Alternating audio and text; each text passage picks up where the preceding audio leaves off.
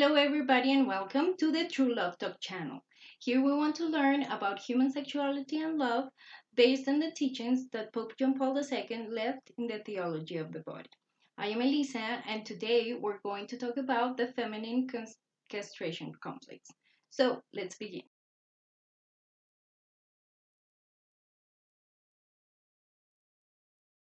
Well, the castration complex for women is a little bit more literal because most contraceptive methods target the women's reproductive system, right? We have a very big pressure to castrate ourselves, to literally castrate ourselves. And this comes for two main reasons. Of course, it varies and it has a lot of details, but the two main reasons are, first of all, because we want to make part of the workforce. And we're told that we can be included as long as we behave like men. And part of men's behavior is that they never get pregnant. Women know that a mother's curriculum is worth half of a man's. We know as women that we will be paid less to do the same job that a man is doing. But if we're mothers, then we're basically dropping 50% of our curriculum's value. And that means that if we have a doctorate degree, we lower down to basically college or high school graduate only. And here's the deal. When people tell us that we are included in the workforce, but if we are not that feminine, if we castrate ourselves, we are really not included. This is not a real inclusion of women in the workforce. This is actually trying to unfeminize us, something like that. That is why today femininity is widely understood as women are the people who wear pumps and makeup and very expensive hairdos. So, yeah, femininity can be bought with a credit card, which is pretty sad. And here's the thing, when the woman entered the workforce, we had an opportunity unprecedented in history, which was allowing men to become fathers. Because they had to be providers, they couldn't be there for their children. They had to work all the time. And of course they would get home tired, and they would have missed, well, everything that happened with the kids. If a man, if a woman gets a part-time job and a man, her her husband, gets a part-time job, they both get a full salary and they both have the time to be there with their kids and both be parents. But here comes the other problem, that we have decided that normal life is no longer good enough. We need things to go beyond normal. It's not enough to have a house. We need to have a mansion, and a mansion in the best part of town. It's not enough to just have a car. We need to have a Lamborghini. And holidays are not just for visiting the grandparents. Let's take the grandparents to Italy or to France or something, right? So nowadays, men or women have to slave themselves away just to get the basic non-sucky life. I don't know how to call it, but yeah, the standard is very, very high for us. And this means that if a woman is trying, that we have to postpone having family until we have all the money that we need. Because remember that modern individuals are independent, and that means that nobody needs to help you raise your children or needs to help you with anything, right? That African proverb, it takes a village to raise a child. No, no, no, no. The modern individual does not allow anybody to raise their children. So basically, first you do the money, and after you have all the money that you need, which is a lot, as I just explained, you can have children. And basically, we can have children at the age of 55, 60, more or less.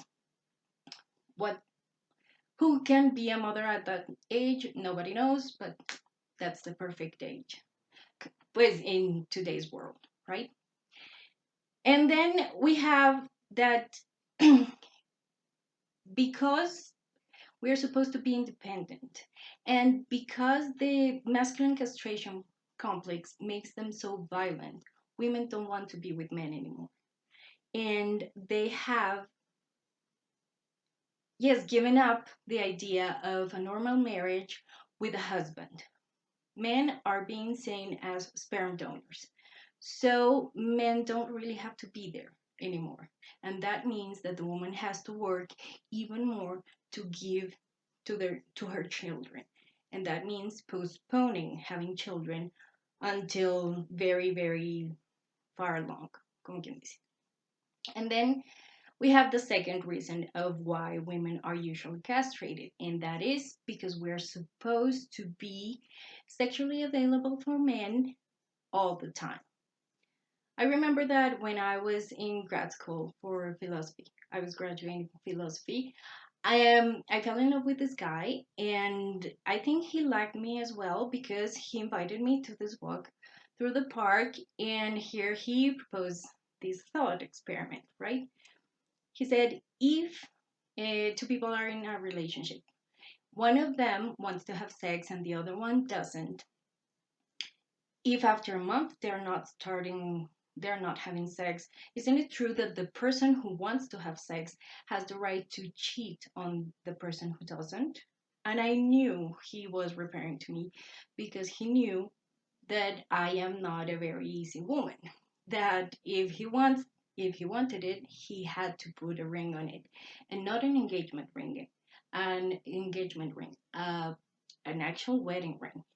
So I knew he was warning me that I had a month to take off my clothes or he was going to be unfaithful. And I thought, yeah, not happening. And nothing ever happened. But then my girlfriends asked me about him, right? How is it going? Are you happy? Are you close to start dating? And I told them, nope, because he said so. Because he said that. And they said, well, yeah, it's bad. He shouldn't have said it so straightforward, but honestly, what else is there? I mean, the only other choice you have is to be a spinster. And I thought, if I have to choose between being a spinster, but having my dignity intact, or being his slave, I'd rather be a spinster. I'm okay being a spinster.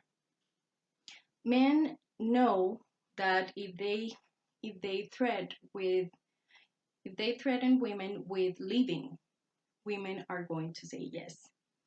They know they are threatening women, that they are forcing them into do something that they are not comfortable and don't want to do. And yet they feel they have the right to do so.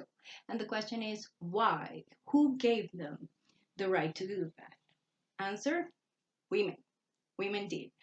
We castrated ourselves. We decided that it was okay to be permanently available for men, that they had the right to ask, and we had to obey. We didn't have to, but we chose to.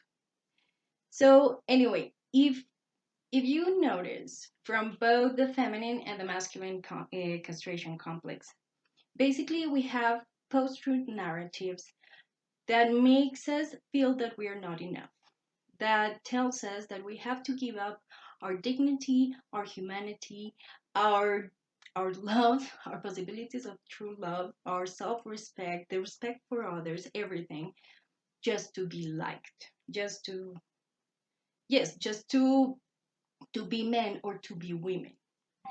And that means, I am so sorry, just to be men or to be women.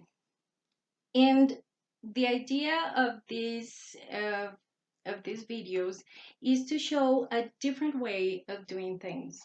So or a different way of understanding what sexuality is. So in the next video, we're going to talk about another component of sexuality, which is femininity and masculinity. So I'm very glad that you decided to stay until the end of the video. If you have any questions or any comments, please write them down in the comment section below, and I will try to answer them as soon as possible.